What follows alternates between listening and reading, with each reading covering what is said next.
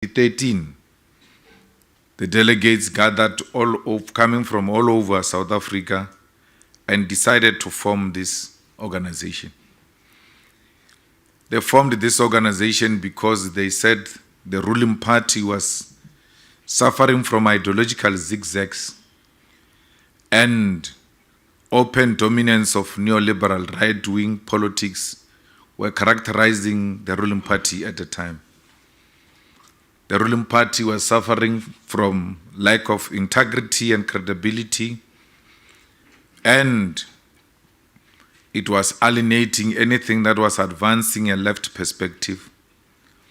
The trade union was compromised. The Communist Party was compromised. The youth movement was killed.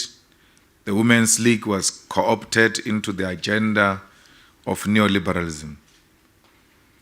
South Africa at the time was characterized by a kleptocracy, where those who were aligned with the government of the day could not face prosecution for their corruption. We observed all of this and decided that we cannot sit back and allow the continuation of the deterioration of state of affairs in our country. And inspired by the Cuban 26 July movement, decided to form an organization on the 26th of July 2013 and called it the EFF. So we thought as we celebrate its 10 years today, we must share some few moments with the international community, which gets to learn about the EFF from a hostile neoliberal media, which creates an impression that the EFF is an organization that is characterized by violence, that is not different from all other anarchist organizations, that the EFF cannot be relied upon because it is not based on anything tangible. But members of the diplomatic committee, you should know that the EFF is a Marxist, Leninist, and Fanonian organization, meaning we subscribe to the ideological and theoretical framework of these scholars and revolutionaries in terms of how we seek to forge a revolution and govern our society. We are an internationalist, radical, militant, and non-sexist and a Pan-Africanist organization, and we operate under the principle of socialism. The EFF is a leftist, anti-capitalist, anti-imperialist movement with an internationalist outlook anchored by popular grassroots formation and struggles. The EFF is the vanguard of community and worker struggles and will always be on the side of the people. As an organization, we take lessons from the notation that political power without economic emancipation is meaningless. As a result, this movement is inspired by ideals that promote the practice of organic forms of political leadership, which appreciate that political leadership at whatever level is service, not an opportunity for self-enrichment and self-gratification. As we already mentioned, we draw inspirations from the broad Marxist-Leninist traditions and Fanonian schools of thought in their analysis of the state, imperialism, culture, and class contradictions in every society. EFF is a South Africa's movement with a progressive internationalist outlook which seeks to engage with global progressive movements. We believe that the best contribution we can make in the international struggle against global imperialism is to rid our country of imperialist domination. For the South African struggle, the EFF pillars for economic emancipation are the following: expropriation of South Africa's land without compensation for equal redistribution in use, nationalization of mines, banks, and other strategic sectors of the economy without compensation, building state and government capacity which will lead to the abolishment of tender system, free quality education, healthcare, houses, and sanitation, massive protected industrial development to create millions of sustainable jobs, including the introduction of minimum wage in order to close the wage gap between the rich and the poor, close the apartheid wage gap, and promote rapid career path for Africans in the workplace. Massive developments for the African economy and advocating for a move from reconciliation to justice in the entire continent, open, accountable, corrupt-free government and society without fear of victimization by the state agencies. Over and above pillars, the EFF commits to further pillars to complement the 7. They are equally important pillars and are presented here not in order of importance and vitality, but the recognition that they are equally important. We believe in decentralized spatial development and building new cities, public representatives using public services, reduction of benefits for public representatives, progressive internationalism, the development of sports, arts and culture, progressive views on the gender and sexuality question, meaning acceptance of different forms of gender and sexual expressions, considering the rise of right-wing politics, which form the basis of electoral opportunism all around the world and now in South Africa. The EFF has a progressive view on the immigration question, and we believe that we are all global citizens, especially in Africa, where borders were created from colonial conquest and divisions created in the Berlin Conference of 1884. As the EFF, we believe in monetary and fiscal stability, which is anchored on industrialization and deliberate state intervention in the economy. As many of you may know, South Africa is in the depth of an energy crisis, so one of the complementary pillars include prioritizing of energy, security, and the environment. We must take this opportunity here today to inform the international community that we are not party to the agreement made at the COP27, where the South African government conceded to an experimental exercise known as a just transition, which will result in the abandoning of a coal as an energy source in South Africa and the closure of our coal power stations. Additionally, in terms of complementary pillars, the EFF believes on a need for a keen focus on the development of science and technology as an anchor of development in Africa. We believe that there must be support given to research, innovation, and enterprise development. Understanding that South African spatial planning is rooted in colonial pacts and the sharing of our land by our conquerors, we believe in making one city the administration and legislative capital of South Africa. As things stand, our country's legislative capital sits in the city of Cape Town, while our administrative capital sits in this city of Tshwane because of colonial pact between the African colonialists and British settlers colonialists. This must be reversed.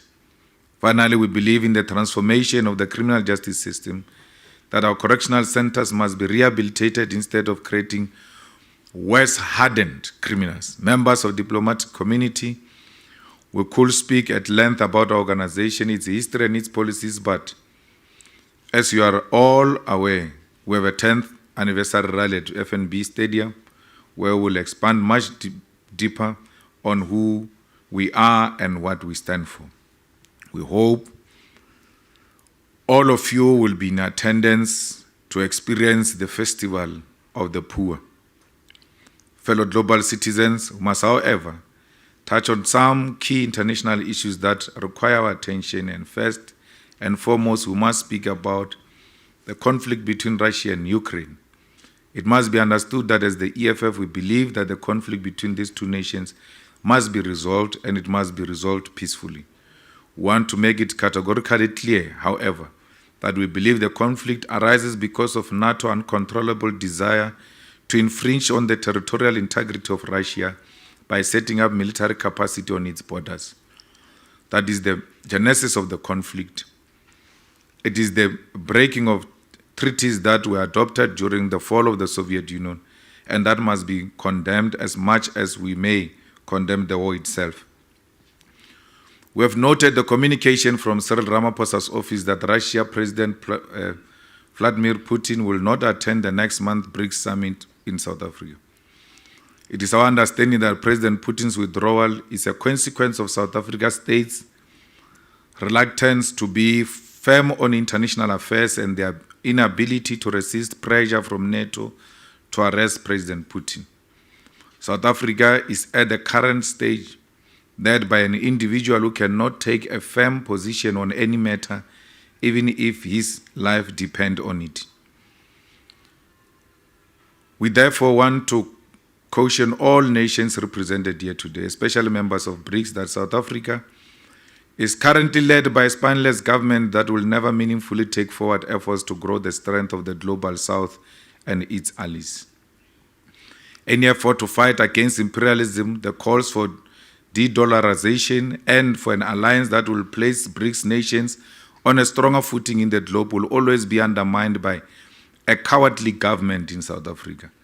Members of international community, we hope that countries such as China and India will, in solidarity with President Putin, not allow their presidents to attend the BRICS summit. Because what South Africa did to President Putin, it's a serious humiliation of a sitting president. And in solidarity and as BRICS members, heads of states of those countries should also stay away from attending BRICS, because South Africa's foreign policy and its sovereignty has been undermined by NATO forces and the USA. Members of the international community, we take this opportunity to call for a meaningful solidarity with Palestine. Under the EFF government, there will not be the Israeli embassy in South Africa until there is peace in Palestine. We must not just pay a lip service when people are dying in their numbers. The people of Palestine continue to suffer unspeakable human rights violations, and their land is annexed constantly. Their children are murdered, their sites to practice religion are destroyed, while the whole world watches. I say so because we are the beneficiaries of international solidarity ourselves. If there was no international solidarity support to South Africa, we're not going to be where we are. And this is our turn to also show support to all those who are being oppressed by other nations. We want the people of Western Sahara to have their land back without any interference by Morocco. But Morocco and Western Sahara should exist as brothers and sisters and not see each other as enemies. We're asking for peace and long-lasting solution between Western Sahara and Morocco. And that peace should be characterized by the release of the land of the people of Western Sahara. We must not fear intimidation or loss of funding simply because we are too scared to condemn the crimes against the people who violate the rights of others. We want to make the same call with regards to our friends and comrades in Cuba who suffer under the yoke of trade embargoes because they dare to be socialist. The trade embargoes against Cuba must be lifted, as it is inhuman to punish a nation for taking different ideological leaning with regard to how they run their society. The Cubans helped us fight for our liberation in Africa. They continue to help the whole world with quality healthcare interventions, and they don't send soldiers to go and bombard other people's nations. They send doctors to go and save life and make sure that our people receive the primary health care. We are calling for an end to ideologically inspired sanctions by nations in the West that are used as a tool to undermine the sovereignty of nations in the global South and Africa. We call for lifting of sanctions in Zimbabwe, not that we agree with the people, with the government of Zimbabwe or the president of Zimbabwe, but it is the people, the ordinary people of Zimbabwe who are suffering under these sanctions. And we want the sanctions lifted, and we want the people of Zimbabwe, particularly those who are in South Africa, to return back to Zimbabwe and make their own determination as to how they want their country to succeed. But that country will never succeed under the sanctions. Africa has been independent for more than 60 years, yet we experience challenges of development even after 6 years of independence. The Western countries cannot live without African continent, using our fellow African brothers to destroy ourselves. We want peace in Mali and welcome the dropping of French as an official language in Mali. That is one progressive movement. Doesn't mean French cannot be spoken, but to say we have conquered the imperialists and colonizers and continue to have their languages as official languages is self-imprisonment. We call for peace in the land of Thomas Sankara of Burkina Faso, who paid the price of his own blood by the coup orchestrated by the Western. We call for peace in Sudan and reconciliation of the Sudanese people, who are tired to see the silence of the international community towards the continuous bloodshed in the eastern DRC. The Western countries supporting some neighboring countries in DRC to destabilize the eastern DRC. We shouldn't find it exciting that African countries can fight amongst themselves with ease, especially fighting around territorial expansions. Africa is one country, it's not even a continent. These borders we see and we experience here in our continent were imposed on us by the imperialists. No African brother should derive pleasure out of killing other African people. We say this because we are advocating for one Africa with one currency, with one legislature, with one military and one president. Because we believe that these small pockets of countries are the ones that make international communities undermine Africa. Just imagine one president of Russia or America calling all the presidents of all countries to their countries to be addressed by one president. We see that as belittling and undermining our continent. We believe that if we have one currency based on our mineral and natural resources, it will be one such a strong currency, and it will place Africa firmly on international table. Here in South Africa, you must be rest assured that next year we're going to elections and we're going to take power. And there is no coalition that is going to be formed because the EFF is going to be a government alone. We require no one to come and be part of us because the ANC is corrupt to the core and cannot be salvaged.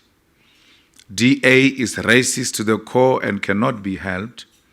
And the rest of other political formations are formed by multinational companies to protect their interests in this country. It is the Oppenheimers, the Ruperts, who put their money behind certain black faces to create an impression that there is an emerging alternative and sponsor those non-existing political parties with millions of money so that they can continue their control of South Africa.